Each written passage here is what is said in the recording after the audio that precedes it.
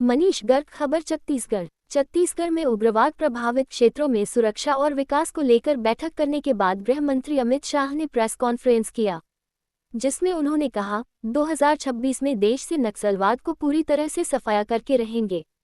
उन्होंने एनआईए की तर्ज पर एसआईए लाने का भी ऐलान किया। नक्सलवाद के खिलाफ अंतिम प्रहार करने का आ गया समय। केंद्रीय गृह मंत्री अमित शाह ने कहा, नक्सल प्रभावित क्षेत्रों में केंद्र सरकार और छत्तीसगढ़ सरकार की योजनाओं का 100% क्रियान्वयन हो, ऐसे क्षेत्रों में बुनियादी ढांचा परियोजनाओं की प्रगति हो और ऐसी परियोजनाओं के दौरान आने वाली चुनौतियों को दूर किया जा सके। उन्होंने कहा, वामपंथ और नक्सलवाद से निपटने के लिए निर्मम राजनीति के साथ साथ अंतिम प्रहार करने का समय आ गया है। शाह ने कहा, नक्सलियों के खिलाफ निर्णायक हमले के लिए मजबूत रणनीति की जरूरत है।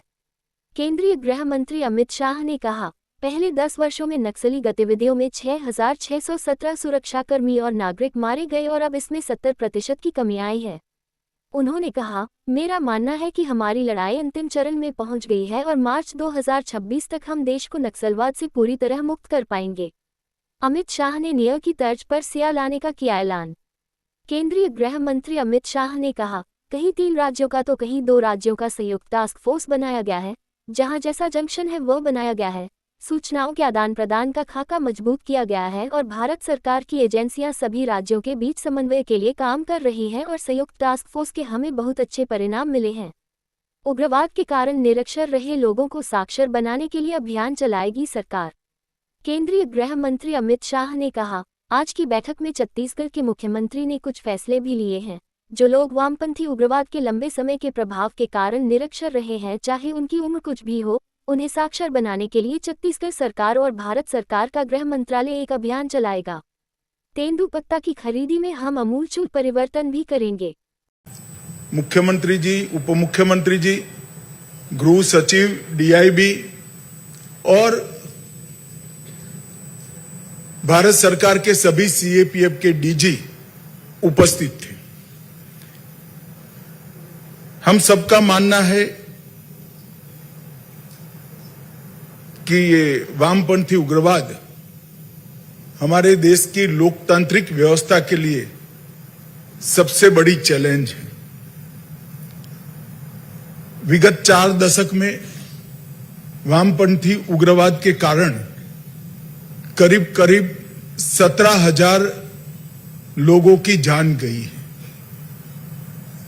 17,000 लोग, चाहे वो नक्सल आंदोलन से जुड़े हुए युवा हो, चाहे सीएपीएफ के जवान हो, चाहे आम नागरिक हो, 17,000 लोगों का जान इस समस्या के कारण गया है।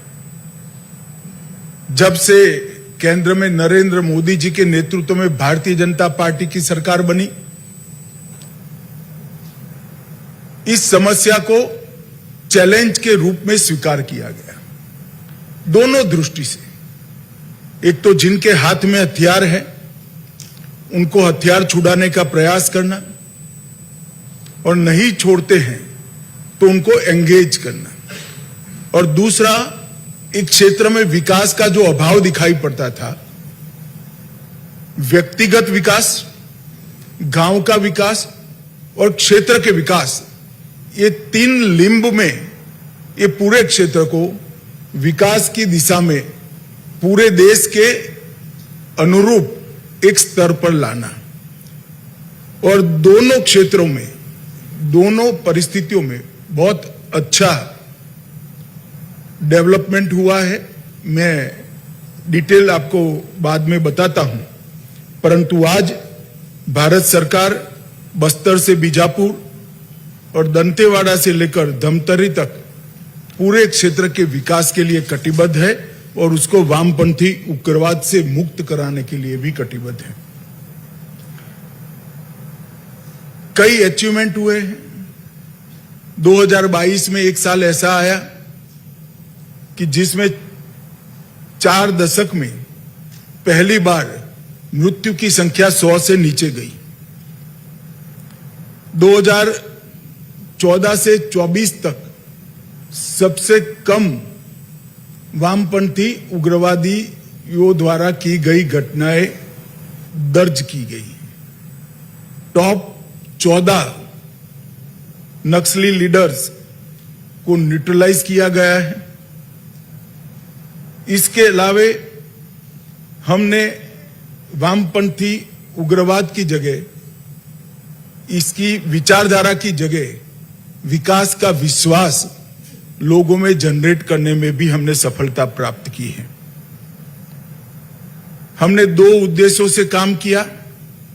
पहला, नक्सल प्रभावित क्षेत्रों में रूल ऑफ लॉ एस्टैब्लिश करने के लिए प्रयास करना, और दूसरा, जो विनाश सर्जित हुआ था, इसके कारण सर्जित हुई विकास की खाई को भरकर विकसित क्षेत्र बनाना।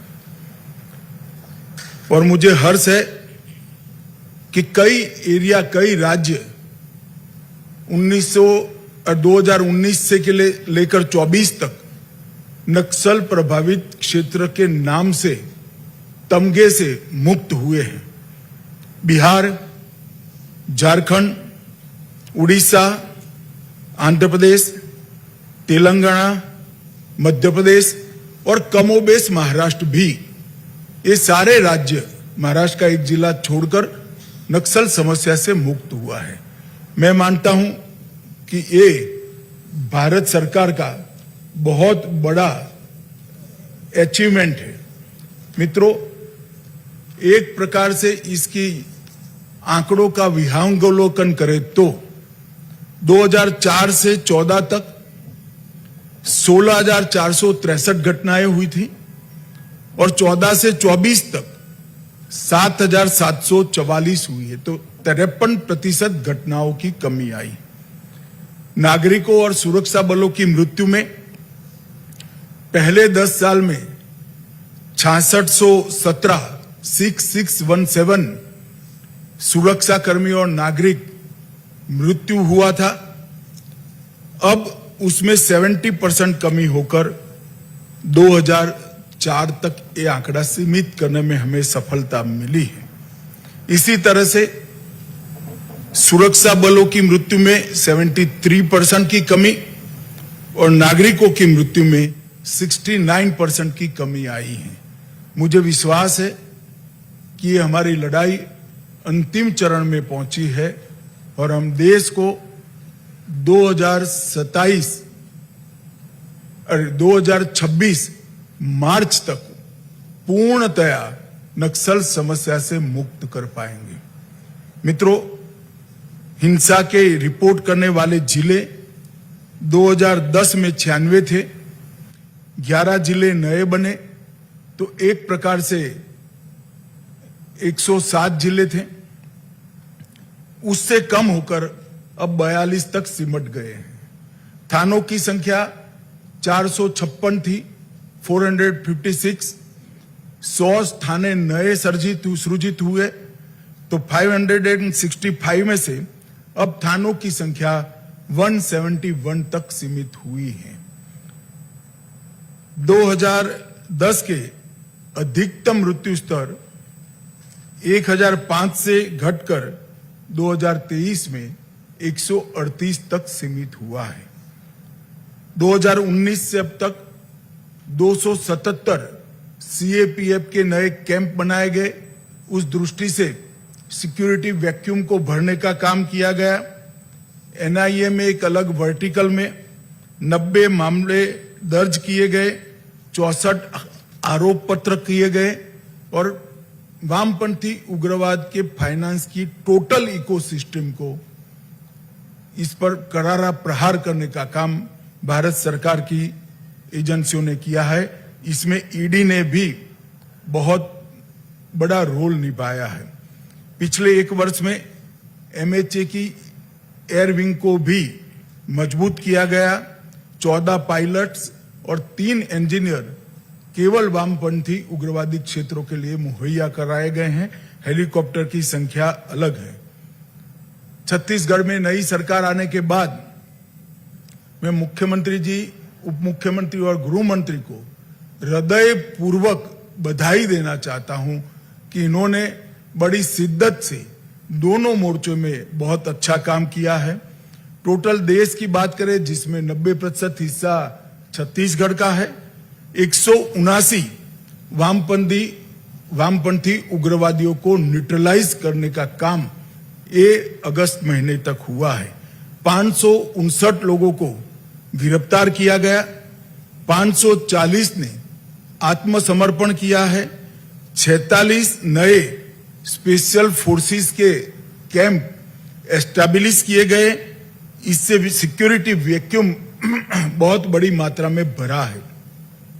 और हिडमा के गांव में हमारा गृह मंत्री जाकर गांव वालों से बात कर उनको आधार कार्ड और आयुष्मान भारत का कार्ड देता है तो दिल्ली में बैठकर बहुत संतोष होता है। ये सारे पैरामीटर्स जो मैंने बताए हैं, ये सारे पैरामीटर्स में अब तक के वामपंथी उग्रवादी विचारधारा के खिलाफ लड़ाई में सबसे अच्छा प्रदर्शन अगस्त महीना होने के बावजूद भी इस वर्ष में हम कर पाए हैं। प्रधानमंत्री जी की स्ट्रेटेजी के कारण 4 दशकों के बाद एमपी के चांदा मेटा गांव में पहली बार इस लोकसभा में मताधिकार का प्रयोग हुआ और सुकमा के 6 गांव ऐसे हैं जिसमें पहली बार 4 दशक के बाद आदिवासी भाई बहनों ने मताधिकार का उपयोग किया। मैं मानता हूं कि एक प्रकार से ये सिक्योरिटी फोर्सेस की विजय है, लोकतंत्र की विजय है। आज हमारे सीएपीएफ के जवान वामपंथी उग्रवादियों का सामना करने के साथ साथ विकास के कामों की भी निगरानी कर रहे हैं और 100% सैचुरेशन में सीएपीएफ और छत्तीसगढ़ प्रशासन के डिस्ट्रिक्ट कलेक्टर और एसपी का भी बहुत बड़ा रोल है। भारत सरकार ने पूरे सभी राज्यों के वामपंथी क्षेत्र के इंफ्रास्ट्रक्चर को बढ़ावा कर देने के लिए ढेर सारे काम किए हैं।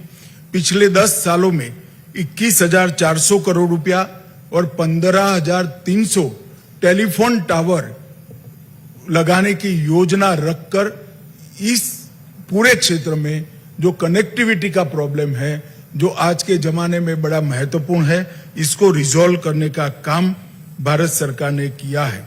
सड़क संपर्क के लिए 21,000 करोड़ रुपया की लागत से टोटल 17,500 किलोमीटर की सड़कों को अप्रूव किया गया। उसमें से 11,500 किलोमीटर की सड़कों को समाप्त करने का काम भी भारत सरकार ने किया है। फाइनेंशियल इंक्लूजन के लिए 25 सर्वाधिक प्रभावित जिलों में 2,796 2796 बैंक की शाखाएं और 2,061 एटीएम खोले गए। 32,294 बैंकिंग कॉरेस्पोंडेंट को रजिस्टर्ड किया गया और हर 3 किलोमीटर एक डाकघर, ये सूत्र को चरितार्थ करते हुए 4903 नए डाकघर खोले जा चुके हैं। एक प्रकार से इस क्षेत्र में पहली बार बैंक, एटीएम, पोस्ट ऑफिस ये पहुंचना शुरू हुआ है। कौशल विकास के लिए 48 आईटीआई खोलने का लक्ष्य रखा था, उसमें से 46 खोल दिए गए हैं। 61 कौशल विकास केंद्र एसडीसीएस स्वीकृत किए थे, उसमें से 49 बन चुके हैं और बाकी के 11 पाइपलाइन में है। तो एक प्रकार से 100% सिद्धि कौशल विकास के लिए भी मिली है। शिक्षा के लिए भी ढेर सारा काम किया है। पिछले 4 वर्ष में 165 एकलव्य विद्यालय खुले और 40 वर्षों में 38 खुले थे। इसकी कंपैरिजन में 4 वर्ष में 165 विद्यालय खुले हैं, 11 केंद्रीय विद्यालय और 4 नवोदय विद्यालय खुले हैं। आज की मीटिंग में छत्तीसगढ़ के मुख्यमंत्री जी ने कुछ फैसले भी लिए हैं जो वामपंथी उग्रवाद के लंबे समय के प्रभाव के कारण निरक्षर रह गए हैं, चाहे उनकी एज कोई भी हो। इनको साक्षर बनाने के लिए छत्तीसगढ़ सरकार और भारत सरकार का गृह मंत्रालय एक अभियान चलाएगा, ये तय हुआ है। तेंदुपत्ता की खरीदी में आमूलचूर हम परिवर्तन भी करेंगे और इसके साथ साथ एनआईए के तर्ज पर एसआईए बनाकर जो शुरुआत की है, इसको और स्ट्रेंथी कर हम जो दोष सिद्धि का प्रमाण है उसको भी बढ़ाएंगे। इसके साथ साथ एक नए लुक के साथ सरेंडर पॉलिसी को भी छत्तीसगढ़ सरकार 1-2 महीने में भी घोषणा करेगी। मेरा सभी वामपंथी उग्रवाद में लिप्त हो या जुड़े हो सभी युवाओं से अपील है कि भारत सरकार इस क्षेत्र के विकास के लिए कटिबद्ध है। भारत सरकार आपके विकास के लिए कटिबद्ध है, आपके परिवार के विकास के लिए कटिबद्ध है। नई सरेंडर पॉलिसी को आप अच्छा प्रतिसाद दीजिए, हथियार छोड़िए और मोदी जी के नेतृत्व में जो विकास का एक रथ चला है, एक नया युग का आगाज हुआ है, इसको आप सभी मजबूती दीजिए। और मैं आशा करता हूं कि हमने जो लक्ष्य का तय किया है उस लक्ष्य के अनुसार ही पूरे छत्तीसगढ़ और पूरे देश को हम नक्सलवाद की समस्या से मुक्त कराएंगे।